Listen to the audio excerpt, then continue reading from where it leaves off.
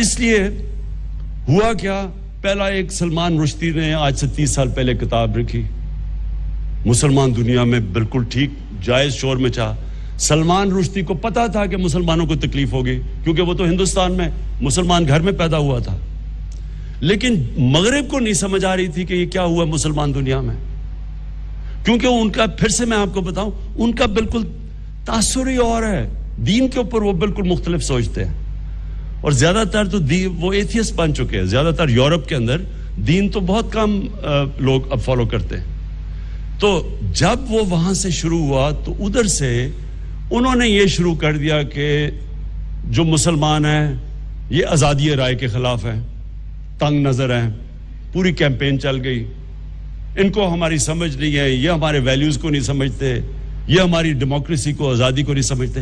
یہ پوری کیمپین چل گئی، اور کیمپین چلائی گئی. وہ لوگ، ایک چھوٹا سا طبقہ وہاں ہے جو اسلام کے خلاف ہے، جو اسلام کو بری نظر میں دکھانا چاہتا ہے، جو پروپیگنڈا کرتا ہے اسلام کے خلاف. انہوں نے فائدہ اٹھایا اس سے. اور ہمارے مسلمان دنیا میں جو ہونا چاہیے تھا کہ ہمیں تب سارے لیڈرز کو جمع ہو کے UN کے اندر اور یورپین یونین میں بتانا ان کو چاہیے تھا کہ یہ ہمیں آپ تکلیف دیتے ہیں جب آپ کوئی بھی ایسی چیز کریں جو ہمیں نقصان، جو بے حرمتی کرے ہمارے نبی صلی اللہ علیہ وسلم کی. ہمیں بتانا چاہیے تھا. یہی میں نے OIC میں کہا، یہی میں نے یونائٹڈ نیشنز میں کہا کہ جب تک ہم جو مسلمان لیڈرز ہیں ہم ان کو نہیں بتائیں گے، وہ جو چھوٹا سا طبقہ ہے وہ ہمیشہ استعمال کرے گا.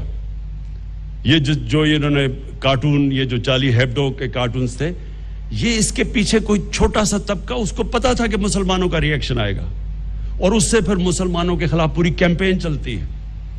ہمیں پتا بھی ہے کہ کون سے یہ تھوڑے سے لوگ ہیں، یہ خطرناک لوگ ہیں جو مسلمانوں کو ان کو برا دکھانا چاہتے ہیں. اب یہودی، تھوڑے سے یہودی ہیں دنیا میں، ان کو جو سیکنڈ ورلڈ وار میں جو ہولوکاسٹ ہوئی، ان کے جو جرمنز نے ان کی قتل عام کی.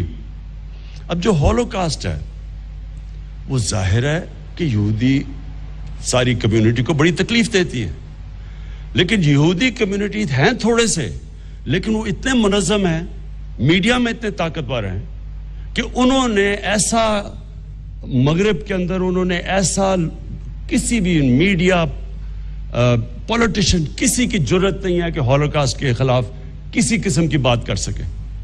بلکہ 4 ایسے یورپین شہر ہیں وہاں وہ جیلوں میں ڈال دیتے ہیں کہ اگر آپ صرف یہی کہیں کہ اگر وہ کہتے ہیں 60 لاکھ مرے تھے ہولوکاسٹ میں، اگر آپ کہیں نہیں جی 60 لاکھ نہیں 20 لاکھ، جیل میں ڈال دیتے ہیں. وہاں آسٹریا، 4 ملک ایسے. تو میں یہ سمجھتا ہوں کہ اگر کسی بھی ہیومن کمیونٹی کو تکلیف ہوتی ہے کسی چیز سے تو ہمیں وہ نہیں کرنا چاہیے.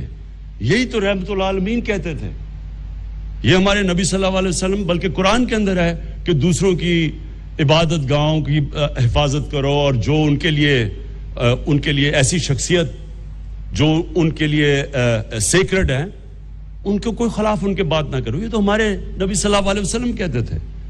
تو وہ ہمیں بھی یہ کرنا چاہیے کہ کوئی بھی کسی کمیونٹی کو چیز تکلیف دیتی ہے اس پہ بات نہیں کرنی چاہیے.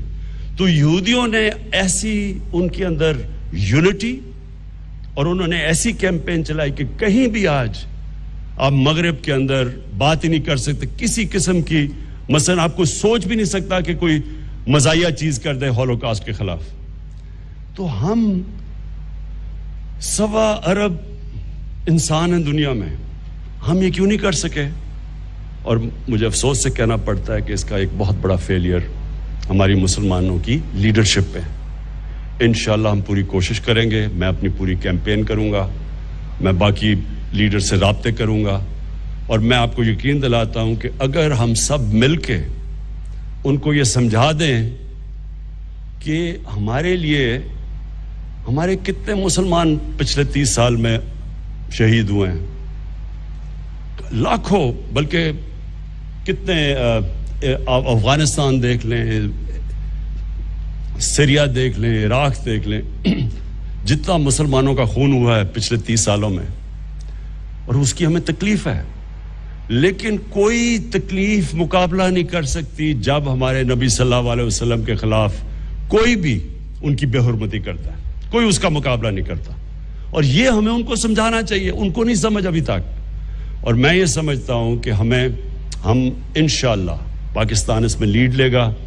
میں ابھی بھی بات کروں گا, میں نے لیٹر سب کو بھیجے ہیں, میں بات بھی کروں گا, اور مجھے یہ یقین ہے کہ یہ ہم ان کو سمجھا سکیں گے اس چیز کا. کیونکہ دیکھیں, ہم تو یہاں بیٹھے, ہمیں تو نہیں نقصان ہوتا, لیکن جو لاکھوں مسلمان مغربی ملکوں میں رہ رہے ہیں, جو جب اس طرح کا انسیڈنٹ ہوتا ہے ان کی زندگی عذاب میں آ جاتی ہے, مسجدوں کے اوپر اٹیک شروع ہو جاتے ہیں, ان کو جو نوکریاں کر رہے ہیں کہ وہ نوکریوں سے نکال دیتے ہیں, چلتے چلتے لوگ ان کو مارتے ہیں, اور خواتین جب پہنتی ہیں نقاب پہنتی ہے ان کو سڑکوں پہ برا بھلا کہتے ہیں, اسلاموفوبیا بڑھ جاتا ہے, تو ان کی زندگی عذاب میں پڑ جاتی ہے. اس لیے ضروری ہے کہ ہم سارے مسلمانوں کے ہیڈز آف اسٹیٹ, مغربی لیڈرز کو, یورپین یونین کو, یونائٹڈ نیشنز کو, ان سب کو سمجھائیں کہ دیکھیں ہم بھی فریڈم آف سپیچ میں مانتے ہیں, لیکن فریڈم آف سپیچ کی لمٹ ہے. آپ کسی کو تکلیف نہیں پہنچا سکتے اس کے نام پہ. اور خاص طور پہ یہ جو جب آپ کارٹون بناتے ہیں تو یہ فریڈم آف سپیچ نہیں ہے, یہ تو جان کے ایک پوری 1.25 ارب مسلمانوں کو تکلیف پہنچانا ہے. میں پھر سے قادری صاحب آپ کو مبارک دیتا ہوں, خراج تحسین پیش کرتا ہوں. میں آپ سب کو یہاں آنے کا خوش آمدید کہتا ہوں. اور آخر میں یہ چیز کہتا ہوں کہ دیکھیں, پاکستان ایک مقصد کے لیے بنا تھا, یہ ایک ملک خاص مقصد کے لیے بنا تھا. اس میں اگر آپ علامہ اقبال جو ہمارے نظریاتی لیڈر تھے ان کا سارا کلام پڑھیں تو وہ آپ کو پتہ چل جائے گا کہ اس پہ ہم نے ایک مدینہ کے ریاست کے اوپر, ان کے اصولوں کے اوپر ایک سٹیٹ کھڑی کرنی تھی.